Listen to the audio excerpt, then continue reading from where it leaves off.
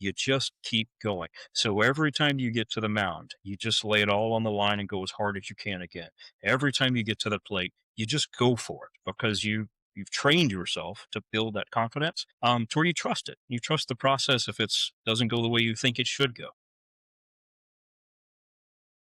Hey, welcome back to Unleashing the Baseball Mindset. And today we've got Cory Reynolds back with us. And again, Coach Cory Reynolds, and we have Coach Stull and Gautreaux, Coach Chris Pike. Today we're going to talk a little bit more about building and developing confidence. So I had written it's a course manual, and it also comes with an athlete workbook. And after, years of studying psychology, I think I've mentioned my doctoral degree has a concentration in behavior. So after years of looking at different aspects of sports, I sort of boiled everything down to being a lack of confidence. Now, there's a lot of different buckets that can go into the larger confidence bucket, but for the most part, and especially for younger athletes, I feel like helping them to feel confidence and build that confidence and being able to choose confidence is one of the things we see here is that confidence isn't necessarily something somebody is, it's something they choose to be, and they choose it from moment to moment. And so I wanted to focus a lot on just trying to build that confidence. So we're going to spend some time today talking about that. When we get into the core philosophy, I'm going to go up a little bit here about how to use it. So one of the reasons I made the book the way it is, this how to use this manual, is I don't want people to just read something. It's so easy for us to get distracted while we're reading. I want people to actually have to sit down and write, and to have to write with their hand, preferred over typing something, because there is substantial research on that. You put pen to paper, you learn how to form the letters, and you write. It's much different whenever it comes to learning. So that's a big part of this too, is that athlete workbook. It's not just reading, it's doing the work. We also have drills and stuff that we encourage people to work on a daily basis, encourage athletes to work on a daily basis. And it's really that process, day after day after day, is what helps to get the athlete in a state where they can maintain that confidence. I'm always curious as to the why behind what drives people to do things. So I'm really curious, like what drove you to create this program in the first place? It was really myself. So in my sport, I rodeo. I don't know if we've really mentioned that. I haven't done it a whole lot here recently, but I team rope and amateur, but a relatively high level amateur. And one of the things that you see, it comes down to where that's a type of an event to where it's sudden death. You make a mistake, you're done. You don't get another play. You don't get another chance to come back and do it. So there tends to be a lot of pressure, and a lot of times there's a lot of money on the line.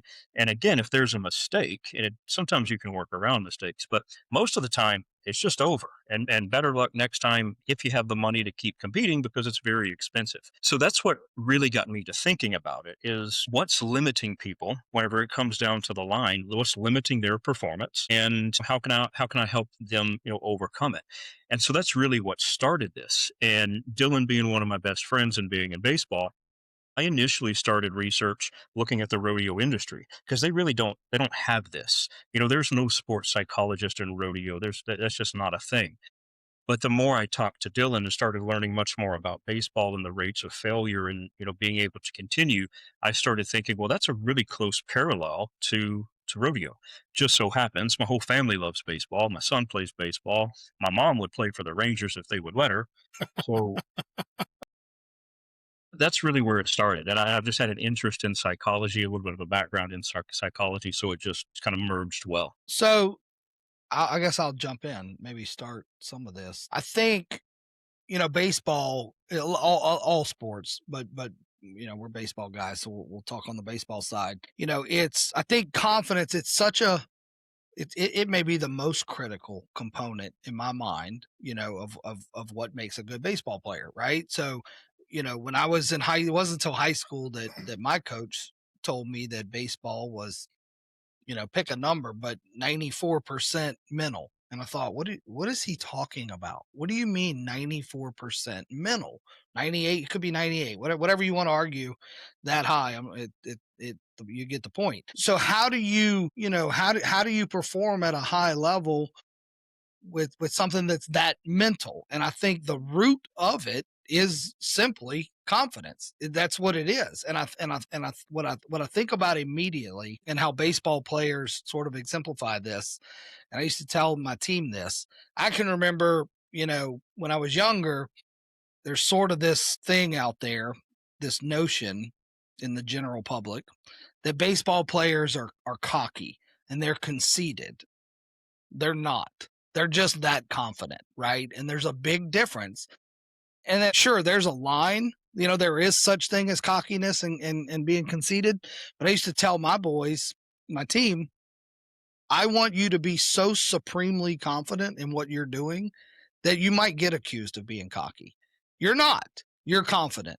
There is a difference, but that's the line. I want you to toe. You can, put one foot over the line if you want. So confident that someone that doesn't understand confidence is going to accuse you of being cocky. I'm okay with that because that means you've achieved that level of confidence. I mean, I think, to flip it, but the same thing, to me, doubt is the root cause of a lot of failure in baseball and in business and in everything. If I don't believe I can do it, well, how can I expect to do it? Let's define the difference between confidence and cockiness, because I think a lot of people misunderstand what real confidence is. And like you were saying, kids may get accused, like you want your boys to get accused of being cocky sometimes because they don't understand confidence. But let's define that, because to me, I'll say what cockiness or arrogance is to me would be for kids to be like, I guess maybe verbally talking about how much better they are, or Yeah.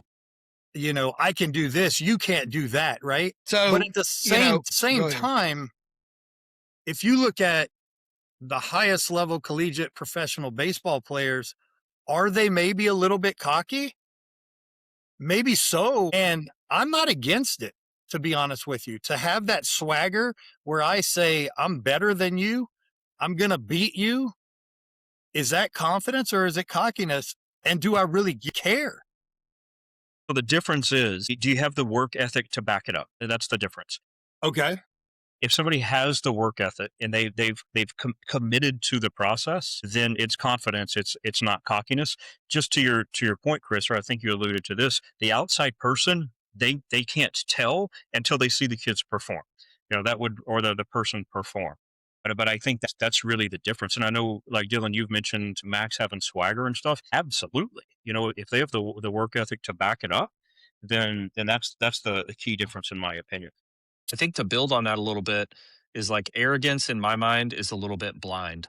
Like I'm thinking I'm the best, but I don't see my blind spots either. Where somebody who's confident can also think they're the best, but knows, and to Kyle's point, where that work needs to come and where it's probably still happening.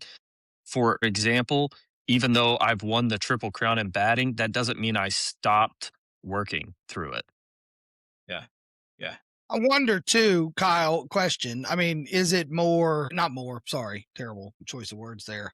Is there a difference between the two terms of, confidence just being an inside core belief in myself versus arrogance or cockiness being a little more outwardly of what I want you to think of me? Where confidence is more concerned with what do I think of myself versus, well, what's Dylan's opinion of me, where that could be the arrogance. I'm trying to make him think something of me, whereas confidence just stays within me. I believe in myself. I don't care what Dylan thinks. Go ahead, Dylan. So when I think about that, so that's what I was thinking about earlier, Chris, is like more outwardly expressions about how good I am, right? But then also if I'm doing that and I'm backing it up, right? So if I'm getting in that pitcher's head by something that I'm doing or saying, and then I do my job over and over again, is that cockiness still, or no? I think that becomes a little physical, maybe that's a physical expression. So you're playing the game. I mean, maybe that's another element of what your game is. Right. But in order to get to that point where you have to physically execute something, I guess the only thing I was saying was, starting with this supreme level of confidence, and I'll just add, in case I don't get a chance to later, what I've been able to witness and really understand this topic a lot more over the past 7 years, having coached with a big leaguer, as somebody I've known my whole life, but then coaching with him. And Dylan, you know it too, because you know him, is here and hearing some of the parents, and their opinions of this person, not opinions, but their perception on some things. I came to understand that a big part of the reason he achieved what he did in the game of baseball was because of this confidence. He wasn't 100%. arrogant. He 100%. wasn't Yes. cocky. Maybe some parents, maybe they would accuse him of that. I But as think somebody that felt like I understood it more, it's such a level of confidence. I don't even know if you can define it. It's a whole nother level of I confidence. think a lot of people would call Chad cocky. I think a lot of people would. And maybe they Right, don't but the truth is he's not. Like, that's my point. He's really not cocky at all. He's so supremely confident in who he is as a player that, he was able to achieve the things that he did, but it wasn't because he was cocky, it was because he was confident. see. I'm kind of thinking along the lines of, like, in my head, cockiness is not that bad. That's kind of where I'm what I was getting to, or what's perceived as cockiness is not that bad. Like, I think a lot of times telling a kid you need to be more cocky is not necessarily a bad thing, because I think in their head, what they're seeing cockiness as is being confident, right? Well, They're that's not, right.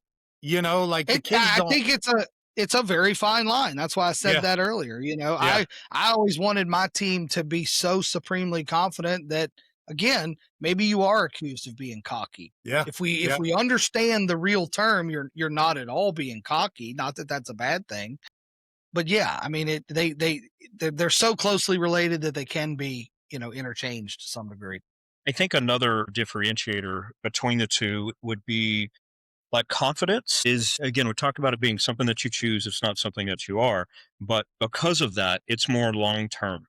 Cockiness can be more short term, meaning if somebody's truly cocky and they lack confidence, you will see them start to get down on themselves more. They'll start to drop their head. They'll start to get that negative thinking.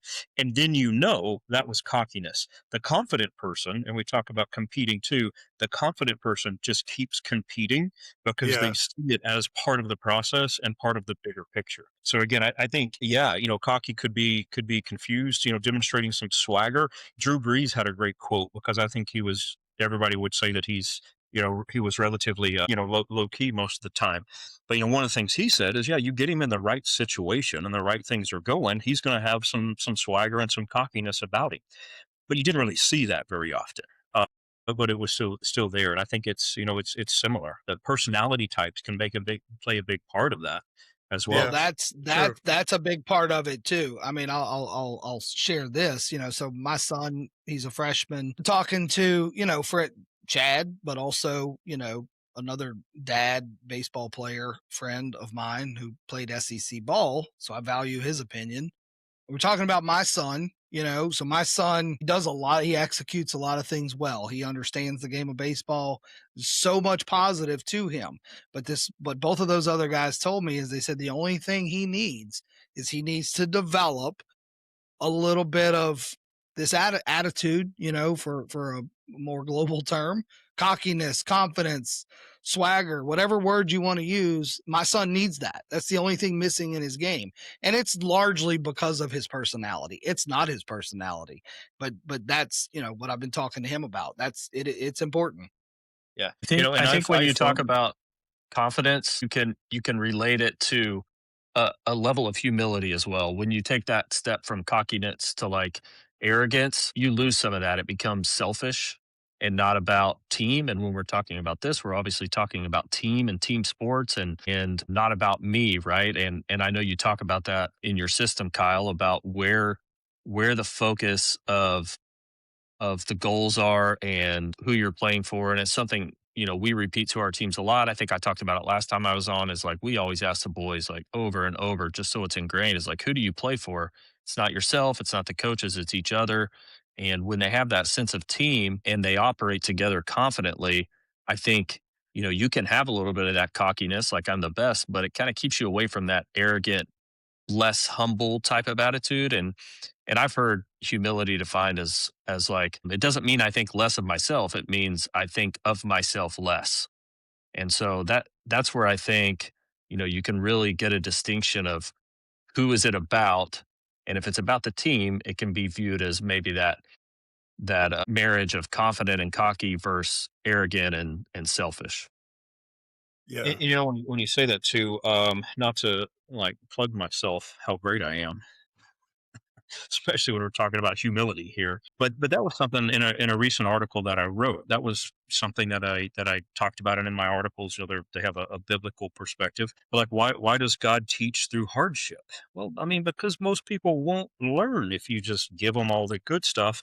But that's again with the confidence thing, is that person that demonstrates humility and that true confidence, they've been through the crap. They've learned the hard way. They know how bad things can get.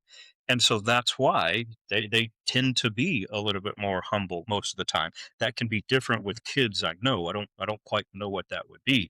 The immediate thing I think is, well, that's a reason we embrace the slump, is just let that kid know. I know Dylan and I have talked about this quite a bit. Like, thank goodness you're going through a slump now, because you get this figured out now as a 12-year-old. Man, imagine how good you're going to be at 4. But I think it's a big part of that humility too, is just, riding the process, embracing the slumps, keep working, and having great coaches is really the only way to stick that out. Hey, Yeah. Kyle, so So on the system, I think the main theme that kind of starts with the outline and then you break down beyond there are these guiding principles. And so many of those really hit home to me.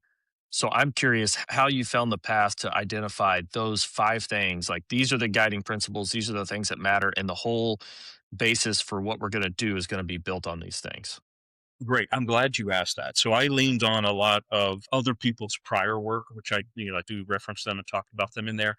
The Going back to confidence, so there's a sports psychologist, Dr. Nate Zinzer, and that's where I've taken that definition of confidence, to start with that, and to go through that definition to give it to everybody here. Dr. Zinzer defines confidence as a sense of certainty about your ability, which allows you to bypass conscious thought and execute unconsciously. And I give the page numbers there where you can find that. And then we can break these down later if y'all want to. But then whenever we get into that other part of the mental skills, that comes from, is it Rizar? But that comes from another sports psychologist, the guy that wrote the book Baseball, Heads Up Honest Baseball. 2.0. Heads Up Baseball. Heads Up Baseball and Heads Up Baseball 2.0. So Yeah. that C, that comes from him and from his work. I've adapted it a little bit for this, but those two things come from two separate sources. But obviously they have a lot of overlap. So that's what I kind of tried to tie in, is that overlap between the confidence and those 5 mental skills, and put that into a workable system. Yeah, and so the third one, to kind of tie that guiding principle back to what we were talking about around confidence. I love how you described that in there as a choice. It's something we talk a lot about to our boys on the team, about all the different choices we can make. It's not around performance, it's not around results, it's around what are the little choices we're making. And Dylan, I know you were standing around when I was talking to the boys last night after practice, and that was, a little bit my whole theme is like, define success, and that's a choice that you need to make. And are we going to show up ready? That's a choice you have to make. And it's the same thing about confidence. I think I weaved that in a little bit too last night, is, you are the ones here 3 days a week for hours and hours and hours. You're the ones on your own at home, in the backyard, in the garage, whatever it is, in your private lessons, doing all the work.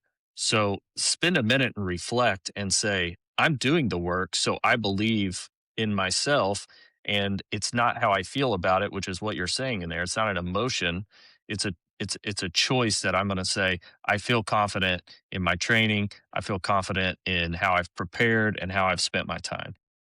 Yeah, and that's why in that athlete workbook there's 30 days of like a 30-day journal prompt, if you think of it like that way, to where they work through that. So each drill, I think if you've seen it, they work through switching through drills, what went well, what can they improve upon, like whatever the case may be. At the end of every day, they're reflecting on those things. And then so when the performance comes up, it's game time, it's tournament time, they can open that up and they don't have to sit there and try to convince themselves that I'm ready. They can read it. Like, look at this. Look at all this great stuff I've done the past 30 days. Like, I'm a badass. I'm ready for this game. And we try to, it's not really included as much in the workbook, but I talk about it of, people like to spend so much time on their phones. How about they develop a highlight reel of themselves so they can read all the work they've been doing. They can watch how good they are every time before they go up to the plate. And that's one of those things that you choose confidence right there in the moment. And that confidence it's process based, right? So what's your process going to be that you focus on? And it's just kind of thinking in those terms of you can't lose because you can't. Right? It's a process. It doesn't matter how this particular inning goes. What matters is how we take it and how we move forward with it. I think Dylan has a question. And does anybody else anything to say before Dylan? No, I think what Cory and Kyle both touched on, the reflection piece, I think that's such a missed opportunity for these young kids and for us coaches, that so many coaches, it's funny how, I think I told Cory this. I know I told Kyle this. It's like, it seems like everybody that we've either brought on to the podcast or I meet and get along with, well, it's like God sent them into my life for a reason because we're very like-minded, right? And I think we all talk about this reflection piece. But if there's one thing that I could say to, like, what's missing from baseball, like, obviously there's more than one thing that's missing, but this reflection piece and writing these things down and thinking about and processing through and knowing what I'm good at, what I need to work on, what went well today, what did not go well today. 99% of these kids don't ever do that. 99 of these coaches don't ever teach that. That's why I force my kids to do the workbook at practice after, because I know over time they will do it because they'll see the benefits. But right now, we have to either make sure the parents are governing that or the coaches are. And I'm going to rely on myself to make sure these kids are doing that. But that reflection piece that y'all both just talked about is so big in building the confidence. Because if you don't have any reflection, how are you going to ever develop confidence? You really can't, right? You really can't, because these kids are not just going to go home and think about what I do well, what I did wrong. Here's how I'm going to get better. Here's how to continue on through the process. Like, they're not thinking that way. So we have to, as parents and as coaches, force them for a little while to do that. So let me say too, and it's funny, we were talking about this, Dylan, right before the show. We can put it on the coaching side too. When you called me a year and a half ago, what were you doing? You were doubting yourself as a coach because you're hearing some things or whatever from the parents, and you said it. I'm starting to question myself. You lost confidence in who you were as a coach. And what I tell you, you're doing the right things. Don't listen to them. They're wrong, right? I know you're doing the right things. And so it starts with us. I mean, we're talking about the same thing, confidence, right? But in order for us to impart any of that on the players, I mean, we have to believe it too, right? True. And what we're telling them. So very true. Just good point. Story. Good point. And another thing I wanted to touch on, Cory, is when you're talking about, you making a decision, and I think you kind of alluded to like making a decision of what to work on, this or that, or in the book here. And again, going back to some of the Heads Up Baseball 2.0 stuff, he calls it a mission. So a mission, it's not a goal. Like a lot of times whenever I ask kids after I, impart this wisdom on them, well, what's your mission? What does a mission mean to you? They say, well, it's like a goal. Maybe, but not really. So a mission is it's controllables. Well, that's it, right? It's controllables. You can control your effort, your attitude, and your focus, the attention, and that's it.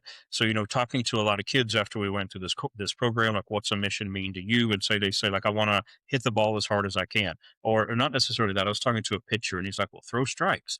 Well, that's an outcome, and we can't control outcomes because the umpire, you could throw perfectly and the umpire is going to call it a ball or whatever. So we try to refocus that just on the controllables, and it's that continuous reinforcement where they eventually start to focus more about those things. Yeah, Cory talked about that, or was it you or Scott talked about that last night? That exact thing. I've heard y'all Yeah. say that before. Yeah, absolutely. And we said it on the podcast last time. It's output over outcome, right? It's what are your actions that you can actually do something about? Once a ball leaves the bat, you can't control it. Once it leaves your hands, you can't control it. You can only do the things that you have the physical ability to do, the things that you've had training in.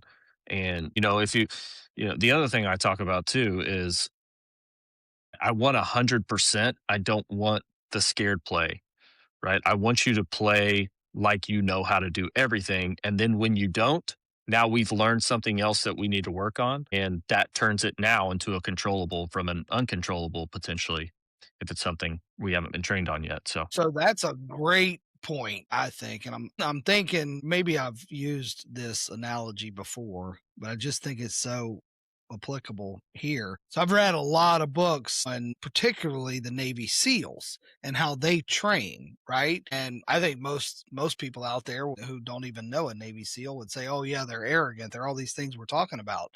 But they have that level of confidence. Well, how did they get that confidence? And it's what you just said, Cory. And their word, we've heard this before, but it's one of their core beliefs is, we don't train until we get it right. We train until we can't get it wrong, right? Which makes perfect sense when you hear it. And you know, listening to them talk and reading, particularly about, I'm not trying to get off the baseball topic here, but talk about the famous raid where they went and killed bin Laden, and they exactly what you just said, Cory. They would train. They had a mission. They had goals and all this, and they would train. And then at the end of that, they would say, okay, what else could go wrong? What else might happen? Okay, and then somebody would bring up a point. Say, okay, well, let's work on that then. And they got to the point where, as far as they knew, they had trained on every possible scenario of what they could control. They even trained. I think somebody said, "Well, what if a helicopter goes down?" Okay, let's work on that. So all of the controllables they trained themselves on, and it's. I just think it's exactly what you were just saying. Yeah, J- j- we did a drill last night that's kind of related to this, and it's set up to make them a little bit uncomfortable and force them to make a choice Yeah. without confidence. But what we're doing is like we're exposing, hey, what's in your brain, and then how do we, translate that now to where you're in a position of confidence. And it was really interesting because the drill involves you have a line of guys that are meant to be an outfielder, and then you have another small section of guys that are meant to be the cutoff, and then you have a guy on the base, and you hit the ball to the outfield, and they are supposed to throw it to the base through the cutoff man.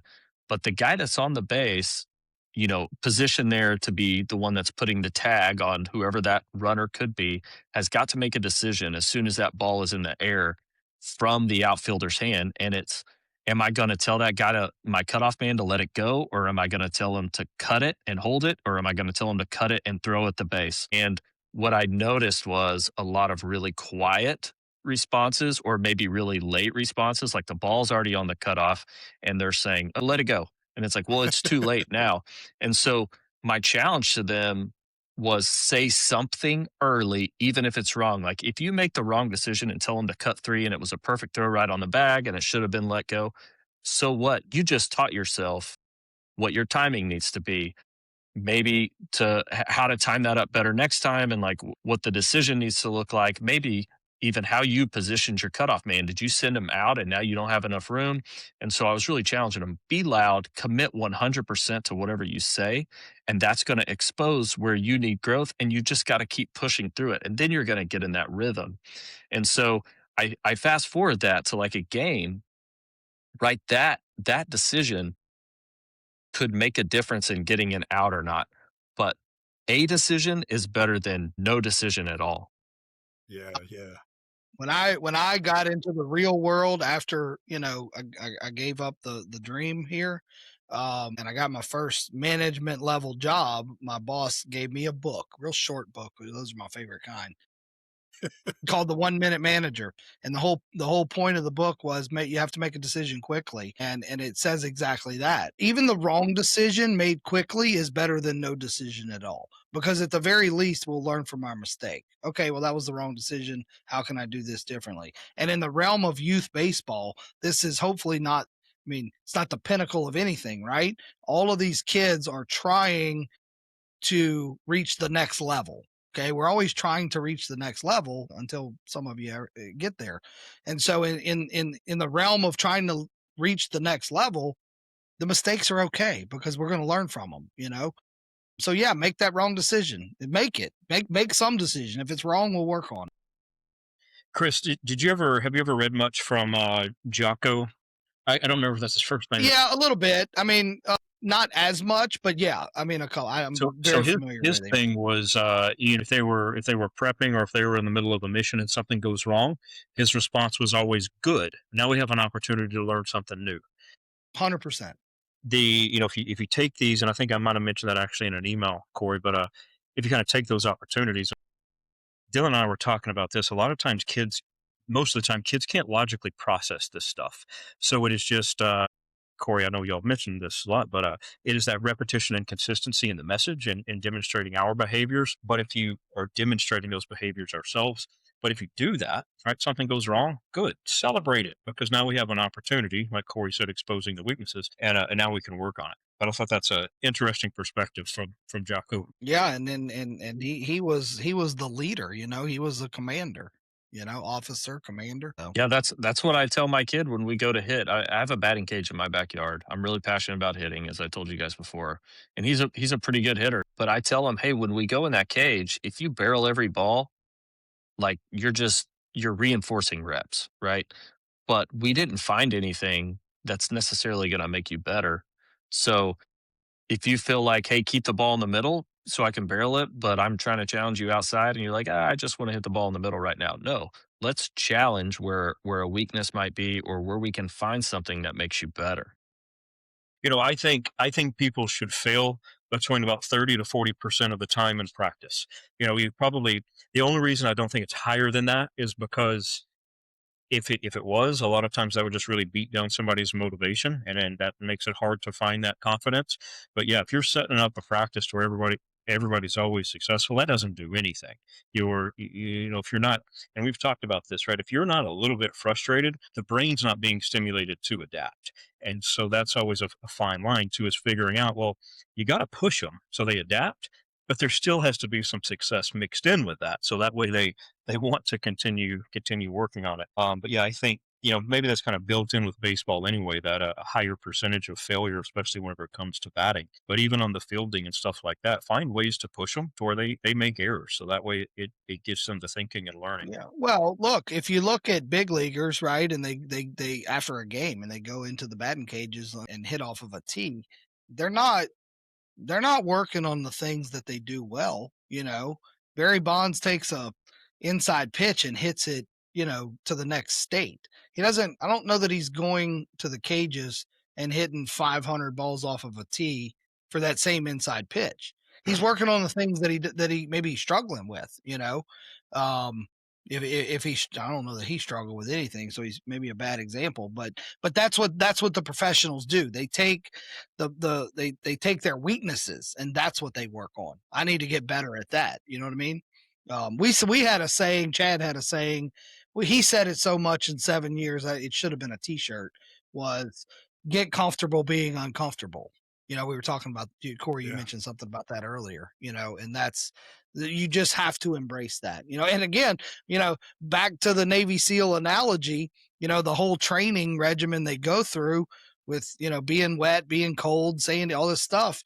It's about being uncomfortable and knowing how to live in that uncomfort zone. One of the things I've found for myself, and I know we've probably talked about it on the podcast, and I think Dylan has mentioned this too, but for myself as a competitor, I started to realize those moments of high pressure, why I felt nervous, that's what I lived for. I loved it. And I didn't realize that was it. Go some time without that. And I experienced it. I did a lot of public speaking, and I'm a bit of an introvert, so I always get very nervous whenever I do that. in COVID, whenever my public speaking went to zero, something was missing. But I realized it was just that feeling of nervousness because that, it kind of like sparks changes in the body. It makes me want to work hard, like that type of stuff, focus and concentration. I started to realize like, oh man, that's what I love. So, getting very comfortable in that discomfort is key. And I think we talk about this too, that, the better somebody gets, the more pressure there is. So you better start to like it because it's not really going to go away. Yeah. Look, Kyle, that's such a great point you just made. And public speaking being a great also analogy. Another story is actually the same place where I got the management job that the guy gave me the 1 Minute Manager book. But my first job was as a tour guide. Okay. I'm giving tours 200 people at a time. To say I had a fear of speaking in front of anyone is just the greatest understatement ever. But I was more nervous. I had learned the information that I needed to talk about, but I didn't have the confidence. What overshadowed that was I was more nervous to tell my boss that I didn't want the job because I was scared of talking, that it led me to taking the job because I was nervous and telling him I didn't want it. But what happened was I became confident. I did it enough that it's like, okay, I can do this. I started to believe in it to the point where I loved it. And now you can put me in front of anybody and I embrace it. I love it. But it went from the nervousness that you're talking about, knowing the material or being proficient in a skill, to then believing yourself and then you get to where you just love it and you crave it. Yeah. Well, and that's the whole purpose for the exposure therapy method, right? Is to become, I've talked to Kyle about this a lot. Brock is a very nervous, he's just like me. He's a very nervous kid. He throws up all the time because he gets so nervous. He gets nervous before practices, before games, before going anywhere that we go. Like if we go out to eat, he'll get nervous. I mean, and he'll get nervous the day, like the day ahead, right? So like when he has practice, he'll come home from school and say his stomach hurts. Well, he knows why his stomach hurts. He's getting better at channeling that. And he's also getting better at understanding that that's a good thing to be Mm-hmm. nervous. It's a good thing.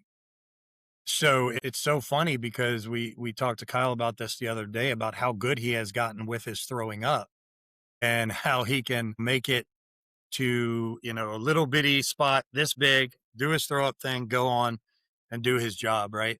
And it's gotten so good now to where like it's almost like I want him to come home, tell me that he's nervous. I don't want him to throw up every day, but I want him to be nervous because when he is nervous, he starts to focus and he starts to try to tell his body to calm down. It's exactly what he needs in baseball.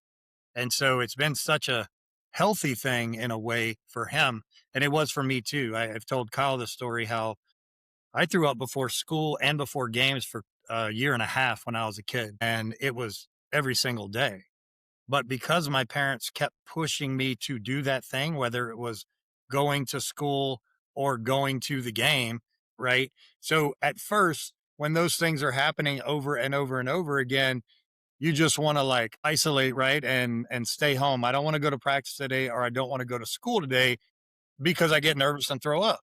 But my parents knew exposure therapy very well and they kept pushing, pushing, pushing. Finally, it got to the point where maybe I would get a little nervous, but I wasn't throwing up anymore. And I was able to really, work through that and focus because of that. So, and I see the same thing happening with Brock as well. Cause at first can I just skip practice today? No, we're not skipping practice. Right. And he was same thing with school, same thing. My stomach hurts. I Well, need to that's stay all a home. No, you're not. blessing. I Yep. mean, as Yep. adults, we can sit here and agree that the nervousness is a great thing, and it's like I said a minute ago, everything that we're doing and these kids are doing in baseball is to prepare for the next level. I mean, we're getting enjoyment today. I understand that, and that's a goal as well. But we're all preparing for something, the next step, you know and I and and that nervousness and growth is what results probably from the nervousness, is what's going to get you to the next level. I talk about that in my little book here.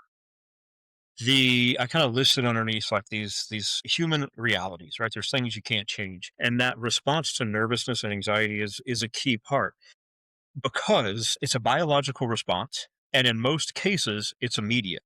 It's driven by a release of hormones that we can't control. But if you learn that it's your body preparing for action, it helps you to be able to mitigate and manage it better. It's never going to go away. But why do we have an increase in heart rate whenever we're nervous? Well, my body's pumping more blood and nutrients to the muscles to get ready to work. Why do my hands get sweaty? Well, that actually improves dexterity. Have you ever tried to like flip through papers and you lick your fingers? So you're probably wearing baseball batting gloves. But if you're not, your hands are actually going to be able to grip the bat better.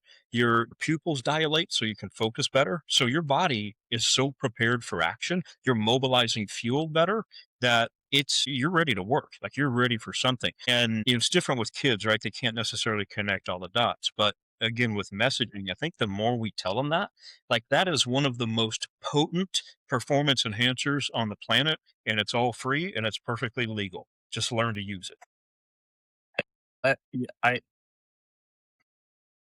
as you're talking about focus, I remember reading in your book about, the ability to come in and out of focus. And I've heard some, Mookie Betts has a great podcast and he kind of talks to some of his guests about that. And it's really interesting the way, each person is kind of different in how they can have this sort of on off switch. But as you were talking about that, and one of the topics I've learned very little about, but what I've learned about it is really fascinating. And I'm curious through your research, Kyle, what you've learned about it is this flow state. Yeah, absolutely. So a flow state being, a lot of times people describe it as being in the zone. For the athletes themselves, the time seems to slow down a little bit. You see it a lot, like on a business side or academic side too, where a student can focus in on something and just work for hours and kind of can lose track of what's going on. Most of the time, flow states occur.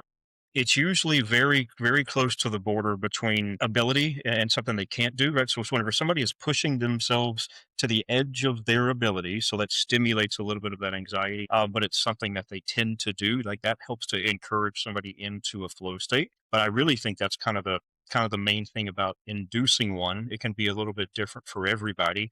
Different sports, obviously, it will last for longer, but it's something a lot of performers talk about and swear by, and I completely believe it. Yeah. When I was sort of hearing about this for the first time, the example that they used of like how to understand or know what a flow state looks like is I'm talking about Tiger Woods, like when he was in his prime and winning every Masters that he went into, and like how could he make some of these putts and how some of these shots could happen. And they talked about it's that sort of area of focus and a preparedness that you enter kind of like I like how you said, I think you said like time sort of slows down. That's the way I equate it is, it's like when I can't remember, there was like a video game at one point or maybe something where you went into this like focus mode and you it put these kind of blinders on and everything slowed and you kind of had this slower heartbeat kind of feeling. And I think it's kind of Uh-huh. interesting too. I hadn't heard that it's activated a little more like you were saying when you're maybe stretched a little is kind of what I think I heard you say. So I hadn't heard that, but that makes a lot of sense because, we had some scenarios last in the fall where we were in a position to walk off a game and, I maybe didn't have confidence every time that we were going to do that. Just not that I showed that, but as a coach, I thought this is a tough spot, but most of the time they came through and it was like I kind of feel like that's where they were. And so it'd be interesting to figure out like how to harness that. It'd be awesome if you could figure out how to turn it on and turn it off sort of when you wanted to. I think there's some pretty good evidence that as the athletes excel, they learn how to do it. You take some of those guys like Tiger Woods, Steph Curry, for example, has talked about it as well. And I don't know that they could say, "Hey, I control this," but they're able to experience a lot of them just because of the nature of competition. There's this thing called individual zone of optimal functioning, IZOF, and it's a performance curve. And to reach that individual zone of optimal functioning, you have to be pretty highly aroused, meaning stressed out. And so that means like you're in a situation where your performance matters, but your practice and again your competence and your confidence can match that.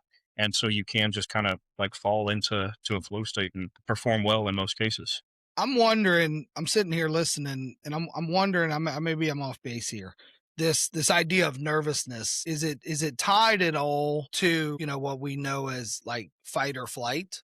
And what I mean by it is, I'm listening to what you were saying about, your son. And so this nervousness is this great tool, right?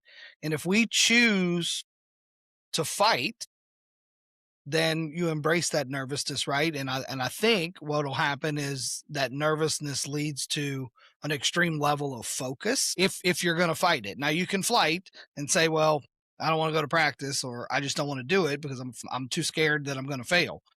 So if any of that's true, then it kind of, underscores this fight or flight mechanism. And maybe we teach that, instead of focusing on the nervousness, is it good, is it bad, focus on just fighting and Yeah. embracing that. A big part, and Dylan, this will kind of go against what you said earlier, facing your fears. We talk about that exposure therapy, and right on track with what you're talking about, Chris. If something makes you nervous, facing it is what you need to do. But in most of the research, voluntarily facing the thing is the way to higher performance. Being forced to do it, we don't usually get the same result.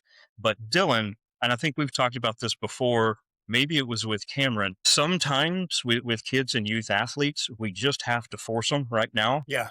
And then, they eventually learn it. But Chris, absolutely, like that is kind of a thing, teaching them to face it voluntarily. Over time, obviously they learn how to control that a little bit better.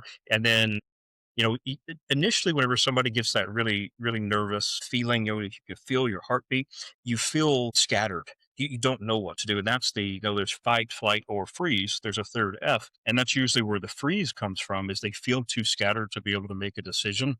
But graded exposure, maybe dialing it back a little bit, teaching them the right decision to make. And then instead of feeling scattered, now the focus becomes where everything is aligned. And in some research, they call this like thin slicing. Like how does an athlete know that that's the pitch that's coming? Like how do they know that? They don't. However, something through hours and hours of repetition was able to recognize something in the batter's body language, something. And they just knew. They knew that's the pitch that was coming, and then they, whatever. But yeah, to your point, gradual exposure, encouraging that focus over time. So to tie it in with like real world too, and what Dylan was talking about earlier with Brock. I mean, obviously I'm Brock's coach, and I knew this about him because Dylan told me early on. So it's like that's good information for a coach to have, to know what maybe some tendencies are. And so I mentioned last time, like I didn't put him on the mound for that reason, and I'll tie that back in just a second. But we did have one tournament where Brock came and was like, we weren't sure if he was going to be able to play that morning, and it was an hour before game time. It's first thing in the morning, and it's like, hey, it's okay. Why don't you go do something familiar, like go warm up with your teammates, do what you can. If you can't play, I'm giving you permission. Like that's okay. The team is okay, we understand where you're at. Like you have the choice. And he's like, no, I'm gonna do it. And so he went through some warm ups and he eventually is fine. And that was the interesting thing to me though. It was like once the game started, you noticed nothing. But in warm-ups, it was like the anticipation was there, but he locked in and played as well as he ever did. And then so that was maybe two or three to our last tournament. And then come the last tournament, in between there sometime is when Dylan and I kind of discussed like putting him on the mound a little bit. And I think that putting him in that spot put him in that mindset, because if you guys would have seen him like come off the mound in between innings and stuff, you saw a kid that was 100% locked in. He had a fantastic outing. Can't remember. I feel like he might have pitched the whole game and just we shut those guys down. But the state he was in, I felt like he was kind of there, and maybe like what we're saying, that fight or flight, like Brock chose fight and he was okay. It was the lead up that was a little hard, but once he was in that moment, he was locked in and ready to go. So it's pretty cool to be able to maybe see a more extreme case of that nervousness in action and then still be able to make it through kind of that state of being, still be able to make it to the spot where he needed to be to perform for his team. Yeah. And the thing that I wanted to say is like, Kyle, what I mean about forcing it is obviously like as a kid, they don't know what it is, right? So, and I know because I still go through anxiety, right? Something goes on in your brain that you still don't know why. Like, why is this happening? And then you're scared of the nervousness, you're scared of the anxiety. And so forcing the kid to get into those situations, even though I will tell them, look, man, you know, if you really want to stay home, you can, but I'm going to tell you why this is happening. I'm going to tell you what I think you should do. And then ultimately he makes the decision. And it was the same thing with me. My parents told me, how I was going to get better with dealing with this nervousness, right? And why it was there, what it was good for, right? And so ultimately it is up to the kid, but as a kid, they don't know what the hell that is, right? And so it scares them. So you do have to kind of push them or force them a little bit. But over time, they learn how to deal with that themselves, and they push themselves to go through that and fight. Yeah. Well, and you know what else too that I'm thinking, and then this is where coaching comes in way more than parenting, is I think as coaches, we are way more equipped to allow that kid to face that fear, even with a high potential for failure than that kid's parent may be. Because as parents, and I'm one too, and I'm absolutely this way as a parent. We want to protect our kids, right? We don't really want to see them fail. I mean, if we're all being honest, we don't. We want to protect our kids. But a coach maybe will allow less protection, I guess. No, it's okay. Go out there and fail. It's okay. I'm gonna put you back out there tomorrow too. It's okay. Try to be careful how I do this in case she watches. But I'll use my daughter as an example. She's a junior. She plays softball. She's probably the greatest teammate that there's ever been. She doesn't play a whole lot, but if anyone thinks she won't try to do something or face a fear, just tell her that she can't do it. And she's going to go. She's going to try. I mean, she's going to just bust down the wall of fear. She's not afraid to face anything with, not just no fear of failure, but maybe even an expectation that I probably will fail at this on a softball field. She'll still do it. And I struggled with that as her parent, and even talked to other parents and talked to the coach who is going to be on this show at some point, is that I'm struggling with how much do I protect her as a parent. And overwhelmingly, the response I got was, don't worry about it. Do not let her change a thing about who she is. The other parents, that we love it. She's teaching those other girls how to deal with this nervousness. She's not even nervous. I'll do it. I'll try it. Nobody wants to pitch. Okay, give me the ball. I'll go do it. And so anyway, I guess my point there was, as parents, sometimes we need to step back, drop our guard of always wanting to protect our kids. It's okay if they fail. That's it. This to my son. You guys heard my bio last time, but I had coached him forever. I took a spring down, and he was coached by others. And I remember, I paid attention. I watched practices. I mean, I couldn't take my mind out of it. Just my physical presence as a coach. But his pitching was not going very well that spring. Bullpens in practice, live at practice. I didn't have as much confidence in him on the mound as I had in the past. He was working through some stuff, and we were in a really high leverage moment in a tournament. It was Sunday, it was semifinals, win or go home, and all of the pitchers were struggling. We couldn't throw strikes. I mean, it was just one of those, it's like no matter who you put in, you're not getting the ball over the plate. And it's one of those death by a thousand cuts. You get a dribbler here and there, you get some walks here, you beat a guy.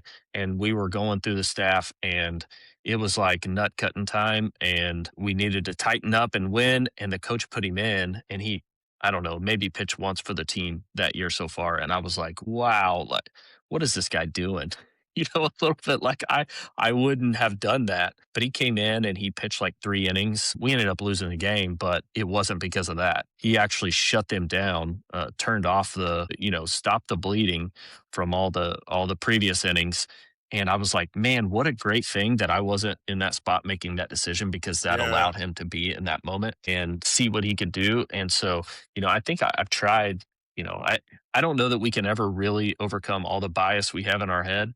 I'm a believer that like we can try, we can improve, but at some point you're going to have bias to some degree about whatever it is. And so like I've really tried to be conscious about doing that and making sure like, and it's a hard balance when you're a parent coach too, because it's like I want to put you in some high leverage spots if it's the right thing for the team, but also, part of me wants to protect you so you don't fail in that spot.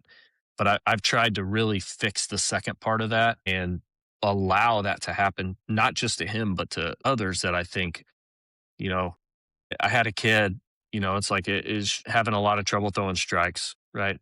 And he keeps looking over at the dugout. It's like, hang on, time. I'm gonna go out. Like, stop looking at me. I'm not judging you right now. I just want you to work. I want you to work through it. Like, and I want you to know, I don't care if you walk this guy. I don't care if we lose this game. I want you to work through it.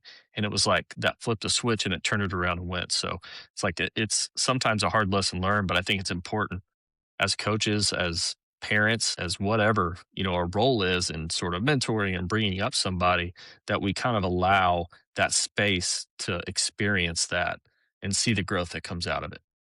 Well, I'm seeing it firsthand. Again, my son is on a high school field now. I'm not coaching. I'm just like every other parent out there, and I'm not able to protect him. If I'm in the dugout, if I'm making the lineup, I can protect him if I want to. I can't anymore. It's not up to me. And the growth that I'm seeing in him by not being protected by me is tremendous. So, yeah. That's called the writing reflex. If I know the answer, it makes more sense to me to let you also know the answer so that way we can just move on. But, unfortunately, that's not how it works. And to both of y'all's points, and especially yours, Corey, we kind of just got to back off and be like, this is one Well, of those learning moments to where it's going to suck for everybody, but it's what has to happen to get us to the other side of this. But it's hard to do. And we've talked about that too. Like, parents being so involved and causing so much trouble and all this type of stuff. Well, we agree that all parents care about their kids, and that's why they're doing this is because they think this is the best way to do whatever. But that's just one of those examples of just backing off. The same thing like in schoolwork. A lot of times with math, right? Let your kid get the wrong answer and let him figure out that it's wrong instead of coming around and saying, nope, that's not how you do it. This is the answer. That's not how learning occurs.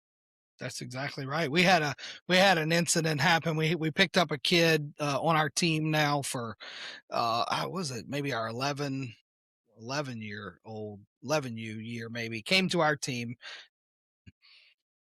Kid had a lot of potential, but the coach's description was he was a whipped dog.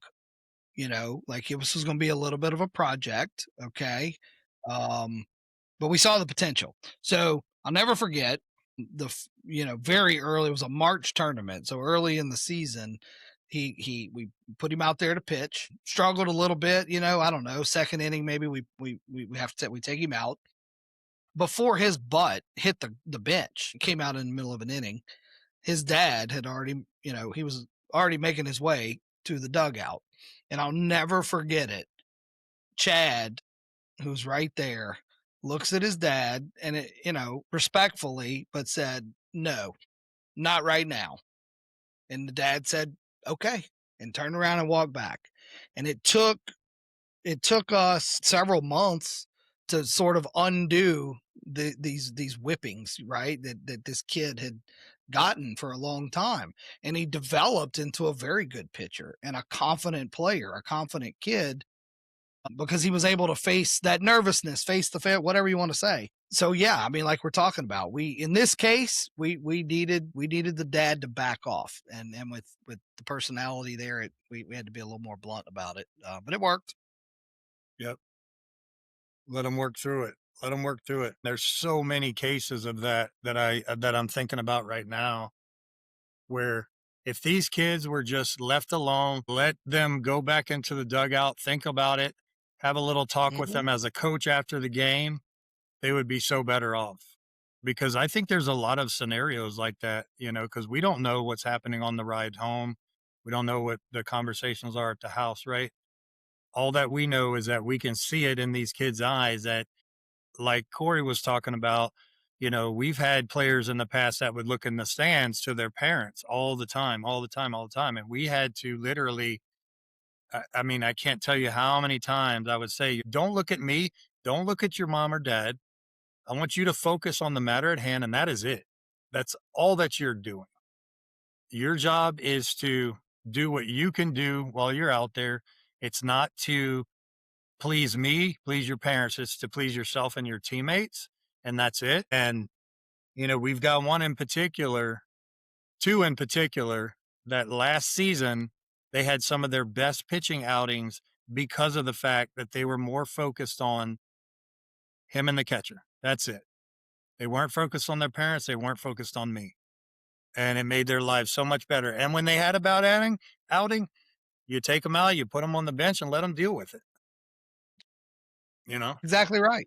And that was the story I was telling, and the last thing that this kid in particular, but any kid needed was, before he can sit down and even begin to process what just happened, he's got his dad in his ear, and so much credit to Chad for seeing it in the moment of a game and during gameplay, stopping it and immediately. stopping Yeah. it immediately and saying, Yep. no, that's not going to happen right now. Yeah. That's awesome. Yeah.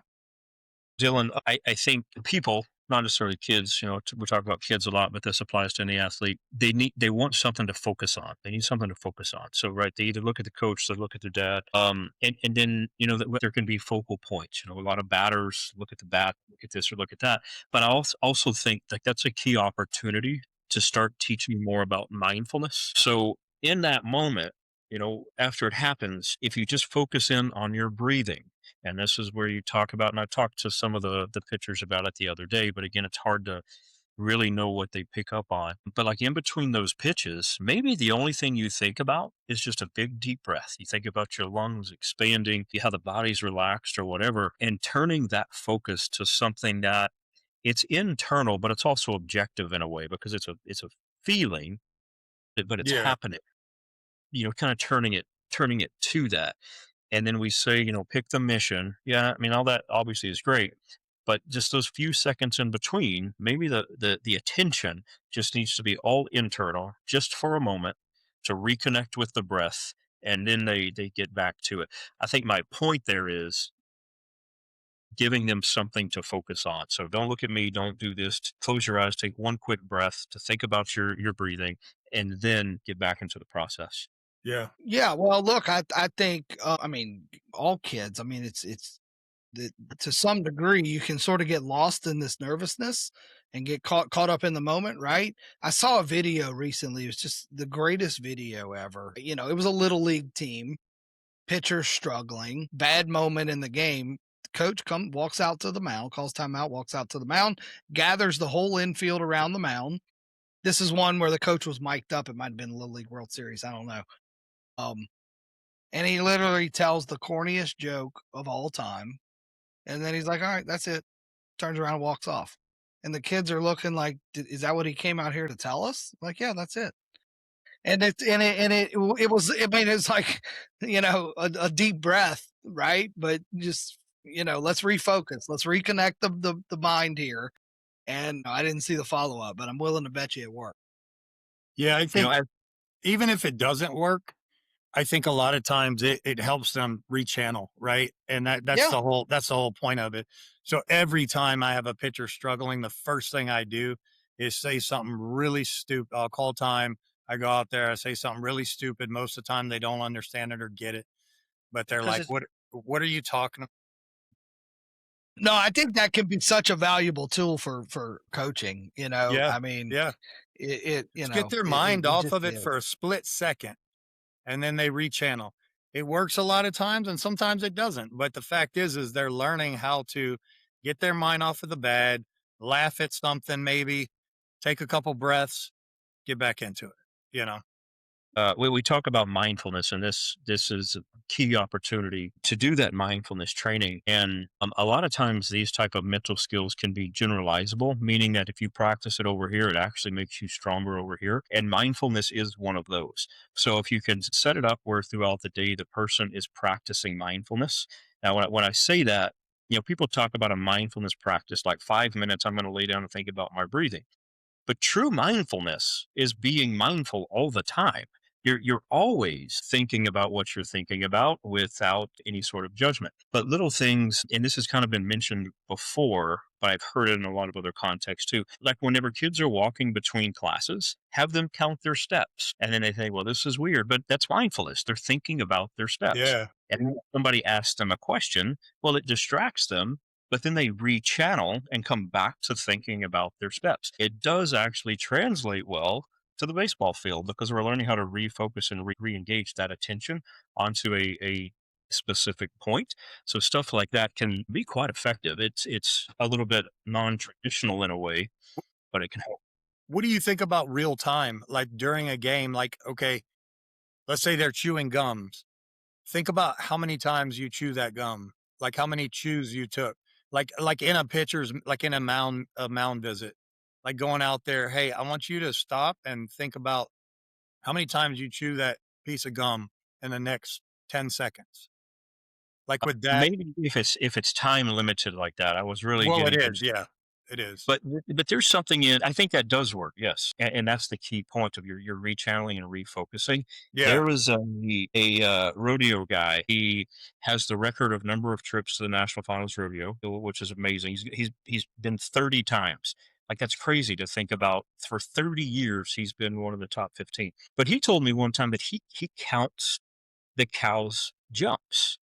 And then, like every time, like after he makes a run, he knows how many strides that steer took. The point of that is he knows his job so well, and this gets back to the definition of confidence, 100% faith in your ability. He knows how to do his job so well with that muscle memory that he has to give his conscious mind a job. Once the conscious mind has the job, it will get out of the unconscious mind's way. So he counts the cow strides. Ultra marathoners, many of them count their steps. Imagine doing that for 100 Hmm. miles. Oh, it is. You give your Yeah. conscious, the conscious one is the slow thinking brain. It's often more accurate, but it takes it some time to figure things out. Give it a job, and then the subconscious control can take over. Where I worry about that in baseball is it is such a heady game, like a pitcher's job. Obviously, we need their brain to be involved a little bit, the prefrontal cortex. But yeah, if you can get something to shut it off for a moment, so then the rest of the body can take over, that'd be a So you great think my tool. jokes are better, or is it the chewing gum? I think the jokes are great. I really do. Lighten the situation a little bit. It's I not. think in baseball it is. I completely agree with the counting method for everything, but you're right, Kyle. In baseball, I don't know if I want my shortstop 1, 2, count like pay attention. Ball's about to come to you. We had a good. I still laugh at it. The last thing I want to bring up here is we're running out of time, and this ties things back to starting off with confidence. And Corey had asked about the mental skills. One of the last mental skills in there, the compete, and the subheading there is trust and let go. So this all goes back to that definition of confidence. And then this is something y'all alluded to earlier. In that moment, at that specific play or whatever is happening, we want the player to give everything they have. And the thing I try to encourage there is you never know how good you could really be until you do that. The only way you give 100% is that you're not trying to play it safe. You're not thinking, don't mess up. You're not thinking in those negative habits. It's where you've put in the work, and that helps to build that competence. That relates to that confidence to where you believe in your ability. And then you go out there and you just lay it all on the line. And Dylan and I have talked about this a little bit. Like, what does it really mean to compete? Because that has come up quite a bit. And there can be a lot of different definitions. But for me, it goes back to some stuff with grit. It just means you keep getting up. It doesn't mean you get up and then you come back and fight and win, per se, because that's an outcome. It's that you just keep going. So every time you get to the mound, you just lay it all on the line and go as hard as you can again.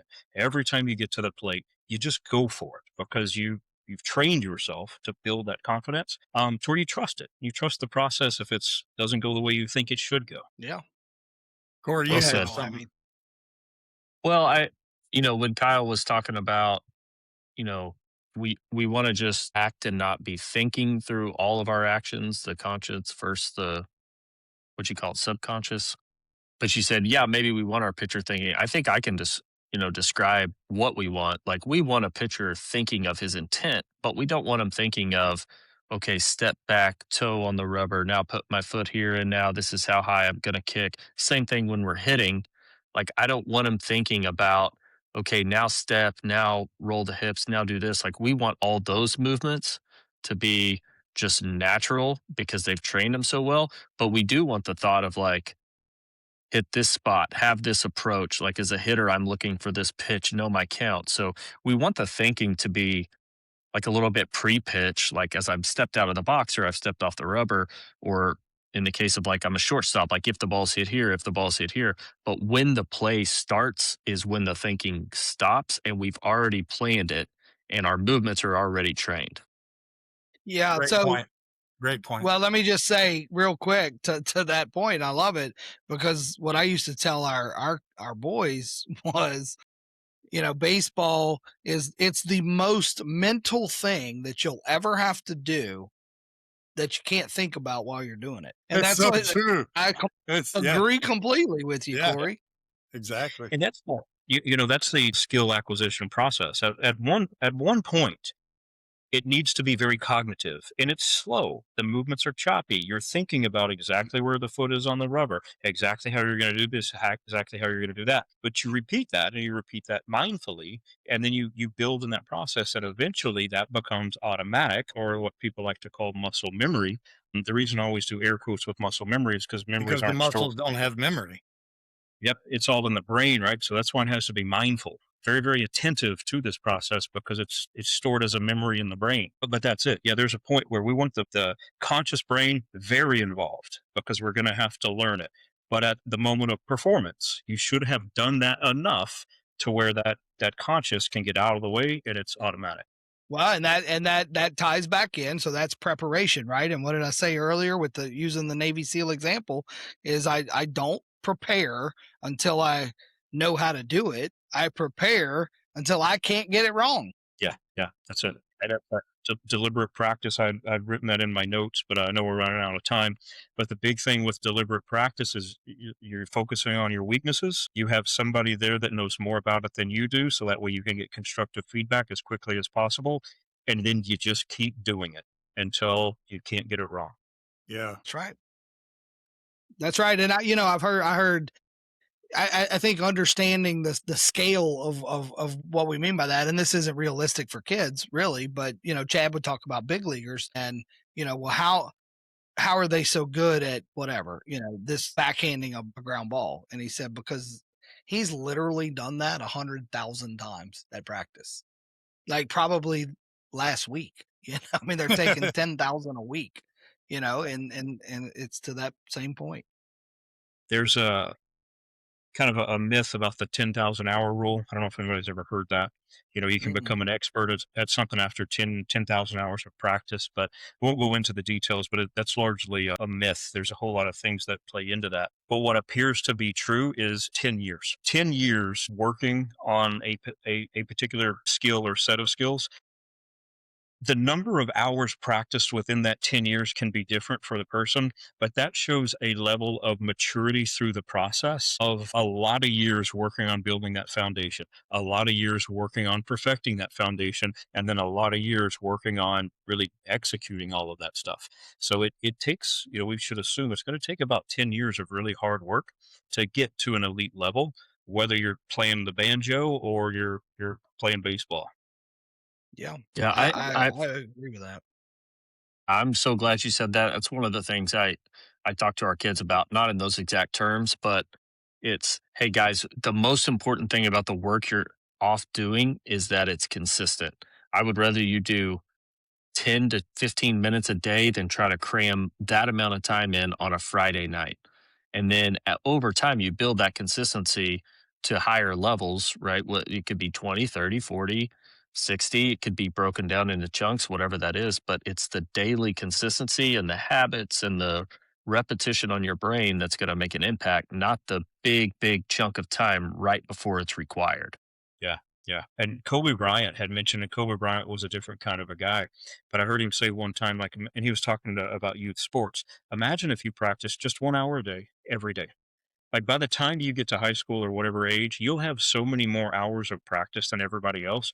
And like an hour a day sounds like a lot, but no, it's not. If you're out doing a few drills and you're working on this or that, that hour goes by pretty quickly. To your point, 30 minutes a day, every day, that's going to be so much more than others than most peers at that age that it will really start to add up and you'll see differences in performance in a pretty short period of time. Awesome. Does anybody have anything else to add to that? Comments, Yes. questions, Like, share, and concerns? subscribe. Like, share, and subscribe, and comment.